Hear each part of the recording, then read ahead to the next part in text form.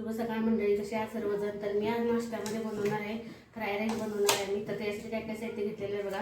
या शिमला मिरच, गाजर, पत्तागोबी, हे आहे सोया सॉस आहे, ही शेजवान चटणी आहे आणि हा शेजवान फ्राय राईस मसाला आहे आणि हे थोडं तेल आहे आणि चावल आहे. तर आता मी बनवून दाखवते तुम्हाला फ्राय राईस कसं बनवायचं ते. तर यासाठी मी 2 चम्मच कढई गरम झालेली आहे, तर याच्यामध्ये 2 चम्मच तेल घातलेलं आहे मी. आता बघा, त्यानंतर तेल थोडं गरम झाल्यानंतर ह्याच्यामध्ये घालत आहे मी शिमला मिरची घालत आहे पहिल्यांदा, त्यानंतर गाजर, मग पत्तागोबी. त्या तुम्ही भाज्या फ्राय करून घ्यायच्या थोड्या.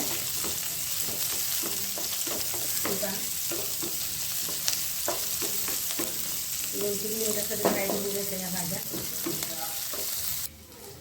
तर आता हे बघा, भाजी फ्राय झालेली आहे अशा प्रकारे. तर याच्यामध्ये आता मी घालत आहे सोया सॉस,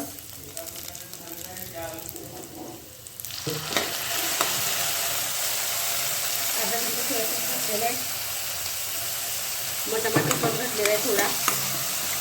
त्यानंतर हे दोन्ही पण चांगलं फ्राय करून घ्यायचं सॉस.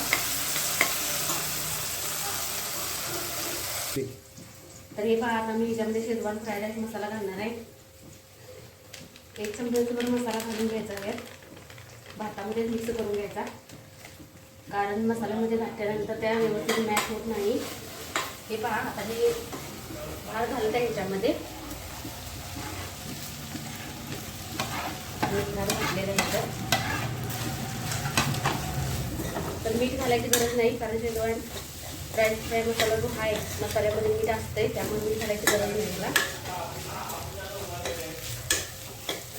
हे पहा, आता ह्याला मस्त आपण मिसळून घ्यायचं भाताला आणि भाज्यासनी या सगळ्या.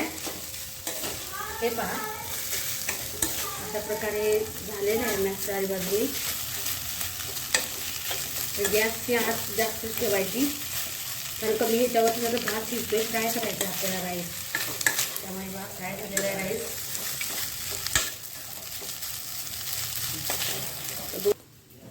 चला, तर आपला चावल तयार झालेला आहे. तर मी आता प्लेटमध्ये घालून देत आहे मुलासनी खायला. हे पहा, सुंदर झालेलं आहे चावल.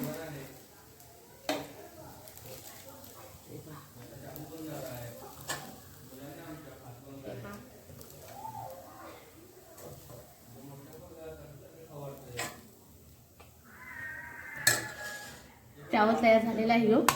याच्यामध्ये आता मी 1 चमचा शेजवान चटणी घालत आहे. शेजवान चटणी वरूनच घालायची. तर राईस तयार झालेला आहे, खाण्यासाठी रेडी आहे. ज्याला कुणाला खायचं असेल तर या.